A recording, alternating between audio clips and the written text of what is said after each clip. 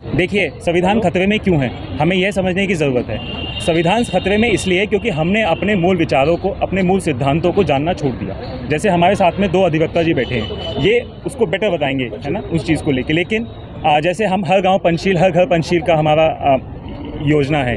जब हम लोगों को बुद्ध का मेन सिद्धांत बताएंगे कि देखिए ऐसा ऐसा नहीं करना, पर चाहे प्राणातिपाता वेमनी सिक्खापदम और बाकी और शीलों के माध्यम से उनको जागरूक करेंगे। और कहीं ना कहीं आप ये भी ध्यान रखिए, संविधान के मूल सिद्धांत भी बुद्ध के धर्म से आते हैं, पंचशीलों से आते हैं, अष्टांगिक मार्ग से आते हैं। बिल्कुल बचेगा। लोग जब जानेंगे अपने विचारों के बारे में तो कहीं ना कहीं वो जागरूक होंगे तो अपने अधिकारों की बात करेंगे। जब अपने अधिकारों की बात करेंगे तो सत्ता में बैठे हुक्मरानों से भी सवाल पूछेंगे कि ऐसा क्यों हुआ, और क्यों हुआ तो कैसे, और क्यों हुआ कैसे हुआ, तो वो मजबूर होंगे सोचने पे, और कहीं ना कहीं ये चीज़ रुकेगी। अभिषेक जी, चुनाव सिर पर है जी, और इस तरीके की अपने रणनीति आपने लेके आए हैं, क्या किसी पार्टी या किसी संगठन से आपका कोई गठबंधन तो नहीं है? देखिए सर, हमारा गठबंधन है बुद्ध के, फूले, अंबेडकर, बाबा साहब भगत सिंह के विचारों से। हम उनको मानने वाले लोग हैं। और हमारे साथी श्री चंद्रवीर जी ने अभी आपको कुछ समय पहले सूचित भी किया था कि चुनाव स्थायी नहीं होता, हम परमानेंट सोल्यूशन की बात करते हैं। हम बुद्ध को मानने वाले लोग हैं। हमारा आइडिया ऑफ बहुजन बुद्ध से आता है, फूले से आता है, बाबा साहब से आता है। सर, नौकरी और युवाओं का जो पेट की जो भूख है उसको कैसे मिटाएंगे आप?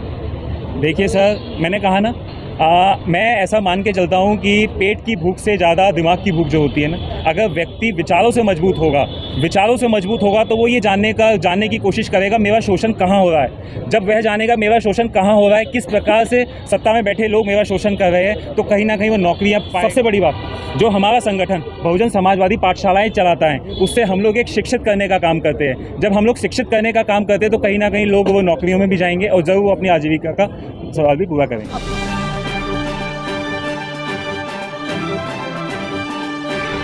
तो जैसा कि अभी बताया गया है कि हाँ, आर्टिफिशियल इंटेलिजेंस से क्या खतरा मतलब हो सकता है। नौकरियां जा भी रही हैं, अभी आगे भी और ज़्यादा जाएंगी। तो इसके लिए जिन लोगों की नौकरियां जा चुकी हैं, क्या उनका आज किस डेट में क्या चल रहा है, या फिर जिन लोगों की नौकरियां जा सकती हैं क्या उन्हें पता है। इसी सब चीज़ के लिए कि हम उन लोगों को अवेयर करना चाहते हैं जिन लोगों की नौकरियां जा सकती हैं, या फिर जिनकी जा चुकी हैं तो वो आगे क्या कर सकते हैं, या फिर उस चीज़ से कैसे बचना है। इसी सब के लिए हम सब मिलके लोगों को जागरूक करना चाहते हैं, क्योंकि हम बुद्ध धर्म को मानने वाले लोग हैं। हमें यही सीख मिली है कि जागरूकता ही मोक्ष का पहला कदम है। तो हम चाहते हैं कि ज़्यादा से ज़्यादा लोगों को इस चीज़ के लिए जागरूक करें, जिन लोगों को खतरा है या फिर उससे कैसे बचा जाए उस सब के लिए। और हमें पूरी उम्मीद है जब हम सब मिलके इस बात को डिस्कस करेंगे, ज़्यादा से ज़्यादा लोग मिलेंगे, तो हम इसका कहीं ना कहीं सल्यूशन भी निकाल सकेंगे। नमो बताइए। अभिषेक जी, जिस तरीके से संविधान खतरे में है जी, क्या इस मुहिम से संविधान बचेगा? बिल्कुल बचेगा। देखिए, संविधान खतरे में क्यों है, हमें यह समझने की ज़रूरत है। संविधान खतरे में इसलिए क्योंकि हमने अपने मूल विचारों को, अपने मूल सिद्धांतों को जानना छोड़ दिया। जैसे हमारे साथ में 2 अधिवक्ता जी बैठे हैं, ये उसको बेटर बताएंगे, है ना, उस चीज़ को लेके। लेकिन जैसे हम हर गांव पंचशील, हर घर पंचशील का हमारा योजना है। जब हम लोगों को बुद्ध का मेन सिद्धांत बताएंगे कि देखिए ऐसा ऐसा नहीं करना, पर चाहे प्राणातिपाता वेमनी सिक्खापदम और बाकी और शीलों के माध्यम से उनको जागरूक करेंगे। और कहीं ना कहीं आप ये भी ध्यान रखिए, संविधान के मूल सिद्धांत भी बुद्ध के धर्म से आते हैं, पंचशीलों से आते हैं, अष्टांगिक मार्ग से आते हैं। बिल्कुल बचेगा। लोग जब जानेंगे अपने विचारों के बारे में तो कहीं ना कहीं वो जागरूक होंगे तो अपने अधिकारों की बात करेंगे। जब अपने अधिकारों की बात करेंगे तो सत्ता में बैठे हुक्मरानों से भी सवाल पूछेंगे कि ऐसा क्यों हुआ, और क्यों हुआ तो कैसे, और क्यों हुआ कैसे हुआ, तो वो मजबूर होंगे सोचने पे, और कहीं ना कहीं ये चीज़ रुकेगी। फिर 22 तारीख को बहुजन समाजवादी क्या करेगी? देखिए सर, आपने बात पूछी है 22 तारीख का। टू माई माइंड जितना मेरे को वो है चीज़ें, अगर आप उस चीज़ को पूछते हैं, मैं चाहता हूँ कि वैसे मैं एक बहुत क्लियर करना चाहता हूँ, I am a no fan of Shankaracharya. मैं शंकराचार्य जी का कोई फ़ैन नहीं हूँ, लेकिन मैं ऐसा मानता हूँ कि अगर उन्होंने बोला है तो हिंदू धर्म के बारे में उनको जानकारी होगी, ऐसा मैं मान के चलता हूँ। जब शंकराचार्य जी ने बयान दिया है कि that whatever is doing in on 22nd of the January has nothing to do with the maryada, faith और धर्म, तो and it basically purpose to solve the electoral calendar of the party. तो मुझे लगता है हमें उनकी बात पे थोड़ा गौर करना चाहिए और आम आवाम तक उस बात पे विचार करना चाहिए आवाम को। बाकी बहुत सारे ऐसे कारण हैं, मैं चाहता हूँ हम साथ में बैठे किस पे विस्तार से इस विषय पे चर्चा हो और हम इस पे बात करें। अभी शेख जी चुनाव सिर पर है जी, और इस तरीके की अपने रणनीति आपने लेके आए हैं, जी। क्या किसी पार्टी या किसी संगठन से आपका कोई गठबंधन तो नहीं है? देखिए सर, हमारा गठबंधन है बुद्ध के, फूले, अंबेडकर, बाबा साहब भगत सिंह के विचारों से। हम उनको मानने वाले लोग हैं और हमारे साथी श्री चंद्रवीर जी ने अभी आपको कुछ समय पहले सूचित भी किया था कि चुनाव स्थायी नहीं होता, हम परमानेंट सॉल्यूशन की बात करते हैं। हम बुद्ध को मानने वाले लोग हैं। हमारा आइडिया ऑफ बहुजन बुद्ध से आता है, फूले से आता है, बाबा साहब से आता है। सर, नौकरी और युवाओं का जो पेट की जो भूख है उसको कैसे मिटाएंगे आप?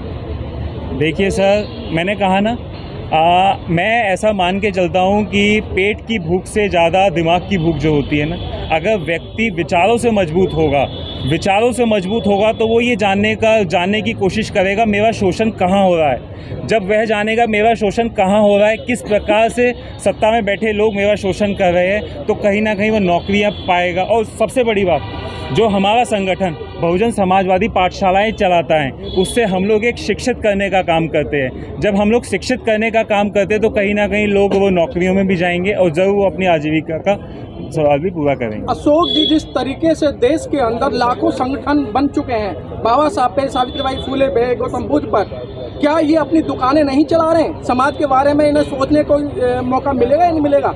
देखिए, संगठन बनाना वो उनका अधिकार है, लेकिन जो आपने कहा, समाज में उनको अपनी गतिविधि जारी रखनी चाहिए, समाज में अपने कार्यक्रम जारी रखने चाहिए, जो विचारधारा उसे फैलाने का काम करना चाहिए। संगठन बना लिया, अच्छी बात है। मान्यवर कांसीराम ने कहा था कि राजनीति चले न चले, सरकार बने या न बने, लेकिन सामाजिक आंदोलन की गति धीमी नहीं होनी चाहिए। जब से सामाजिक आंदोलन की गति धीमी हुई है, तभी से हमारा जो समाज है वो सत्ता से दूर चला गया। और सामाजिक आंदोलन, यही सामाजिक आंदोलन है, कम से कम जो सामाजिक आंदोलन है, पंचशील के जो झंडे हैं, जब ये घर घर तक जाएंगे, पता लगेगा लोगों को, बहुतों को जो नहीं पता है कि पंचशील क्या है। और आपने देखा होगा कि जो दूसरे धर्मों के लोग हैं, चाहे आप गुरुद्वारे पे जाएंगे उनका अलग झंडा मिलेगा, जो मुस्लिम हैं, जो कुरान धर्म है उनका झंडा अलग मिलेगा, सबके झंडे मिलते हैं। तो झंडे से भी एक पहचान है, क्योंकि मार्केट में एक चीज़ है, जो दिखता है वो बिकता है। जब हम मार्केट में जाते हैं तो कुछ अच्छी चीज़ें दुकान के बाहर जो है लटकी रहती हैं, उनको देख के लगता है भाई ये वाला पीस निकाल दो, ये अच्छा है। तो जो दिखता है वो बिकता है। और जब हम कोई चीज़ दिखाई नहीं रहे, हम अपने घरों से नहीं निकल रहे, संगठन बना करके हमने 6 लाख संगठन बना लिए, संगठन बना करके घर में बैठे हुए हैं, सिर्फ अपने गली मोहल्ले के हम जो है राष्ट्रीय अध्यक्ष बन गए और वहीं पर अपना गली मोहल्ले में ही काम कर रहे हैं आपके साथ जो है। तो लोगों को जोड़ने का काम कीजिए। आज ये यहाँ पर आए, यहाँ कई संगठनों के लोग हैं, मैं भी बुलंदशहर से आता हूँ, बुलंदशहर से चल के आया हूँ, अच्छा काम है, तो मैं भी इसलिए जुड़ने के लिए आया हूँ, क्योंकि धम्म का काम है और धम्म बाबा साहब ने दिया। तो निश्चित रूप से जो संगठन है वो काम करें, अच्छा रहेगा, इस तरह से ही काम करें तो, और सभी लोग एक दूसरे का साथ दें, उसमें कोई दिक्कत नहीं है जी। सुनीता कमल जी, जिस तरीके से आप समाज की सेवा कर रही हैं, महिला नज़र नहीं आ रही हैं, और दिल्ली में सभी के पेट भरे हुए हैं, लेकिन महिलाएं किसी भी आंदोलन में शरीक नहीं हो रही हैं। महिलाएं आंदोलन में नहीं आ रही हैं, इसके लिए वैसे हम तो अक्सर आंदोलनों में जाते हैं तो मुझे तो महिलाएं दिखती हैं, इतना भी नहीं है, लेकिन धीरे धीरे जागरूकता आ रही है और उनका भी सहयोग उसी तरह से है। अभी आप देखिए मीडिया में भी, अगर आप देखेंगे यहाँ आपको नज़र नहीं आएंगी, लेकिन कैमरे लगे हुए हैं, वो पीछे खड़ी हैं। सहयोग है उनका, उस तरह से नहीं है, वो मैं मानती हूँ जिस तरह से होना चाहिए, पर धीरे धीरे। सुनीता जी, देश को आज़ाद हुए 74-75 साल हो गए हैं, लेकिन उसके बावजूद महिलाओं को बार बार यही पुरुष लोग कहते हैं महिला नहीं सुधर रही है, महिलाओं के ना सुधरने का सबसे बड़ा कारण जो मैं समझती हूँ, ज़मीनी स्तर पे जितने भी हमारे समाज की कम्युनिटी के जितने भी जमाव बाड़े हैं, खासकर दिल्ली के बाहर का मुझे नहीं पता, जितनी भी चौपाड़े हैं, बुद्ध विहार हैं, कम्युनिटी सेंटर हैं, मुझे लगता है अगर उनके ठेकेदारों को थोड़ा सा दुरुस्त कर दिया जाए और वो खुले समाज के लोगों के लिए, तो वहाँ शिक्षा भी अच्छी होगी, महिलाओं के विचारधारा में भी बदलाव आएगा, जो मनवादी सोच का, जो हम पाखंडवाद का जो कह रहे हैं, उसमें भी बहुत सुधार आएगा। लेकिन कहीं ना कहीं मैं इतने सालों से देखती हूँ कि वो एक बहुत बड़ी जो है हमारे समाज के लिए कमी है। कि उनका जो ताला जो लगा रहता है और वो जिस तरह से इस्तेमाल होने चाहिए वो कम्युनिटी सेंटर, हालांकि वो सरकारी पैसे से उनका जो है होता है, बनाए जाते हैं, लेकिन जो सो कॉल अपने ही लोग, अपने ही समाज के जो लोग हैं वो उनको अपनी सुविधाओं के हिसाब से उनको वहाँ खोलते हैं। अगर वो समाज हित के लिए, अगर मुझे लगता है वो संडे के संडे या कभी भी हर तरह से, तो वहाँ बच्चा, बड़ा, औरत, बूढ़ा, रिटायरमेंट, जो ताश खेलने या फजूल टाइम ख़राब करने के लिए जो उनका इस्तेमाल होता है वो ना हो, कि अगर समाज हित में हो तो मुझे लगता है बहुत अच्छा और बड़ा बदलाव हम ला सकते हैं। अगर पंचशील और संविधान से कोई असर पड़ेगा? हाँ जी, जिस तरीके से ये पंचशील की बात की जा रही है और संविधान भी घर घर बांटा था, क्या इससे कोई देश पे कोई असर पड़ेगा? बिल्कुल पड़ेगा, बिल्कुल पड़ेगा। मैं आपको बता दूं 2019 में जहां भाई बालकृष्ण भाई साहब ये हमें बुक देकर आए हैं, करीब 250 के करीब बच्चे, मेरे पास 150 के करीब वहां बच्चे पढ़ते हैं, यूथ क्लब है हमारा, हमने वहाँ संविधान भी डिस्ट्रीब्यूट किया। बच्चे पढ़ते हैं, बच्चों में बदलाव है, बच्चे अपने परिवारों में सवाल करते हैं, पूछते हैं। जो ग्राहक है, जो बहुजनों का जो संगठन है, इनके ग्राहक कस्टमर इकट्ठा एक जगह क्यों नहीं आ रहे? क्योंकि सर ये दुकानदारी का तो खेल चल रहा है मेरे ख्याल में। जिस तरह से गैर समाजी जो वो हैं पार्टियां और जो बहुजन समाज, बहुजन जो हमारे लोग करते हैं, मैं ईमानदारी से कहूँ उनका जो एफर्ट है 100% नहीं है, क्योंकि यहाँ काश वो अपना 100% दे पॉलिटिकल के जो कार्य करता है खासकर। हम 92 से देख रहे हैं जी, यहाँ पे एक ग्राहक जो है ना, एक ग्राहक दूसरे ग्राहक को तोड़ रहा है।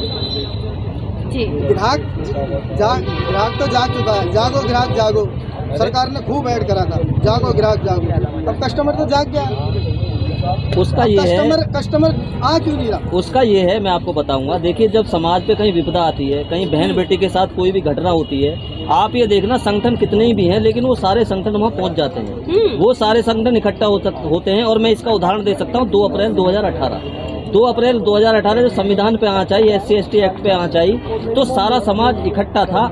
वो बात सही है जो आप कह रहे हैं, कहीं ना कहीं किसी का कुछ व्यक्तिगत हो सकता है, लेकिन मैंने अभी थोड़ी देर पहले कहा था कि उनको घर से निकलना पड़ेगा, घर से निकल के काम करना पड़ेगा। घर से जब तक आप नहीं निकलेंगे तब तक विचारधारा परिवर्तित नहीं होगी।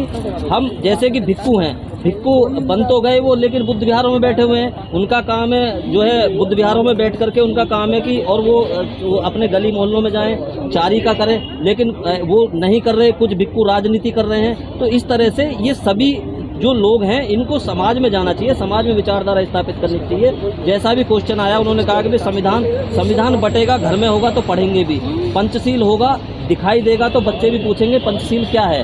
तो परिवर्तन होगा और इकट्ठे होते। समाज आज भी संगठित है और संगठित होता है। ये बात सही है कि संगठन बने हुए, लेकिन विचारधारा जहाँ कोई घटना होती है, कोई बात होती है, वो इकट्ठे हो जाते हैं।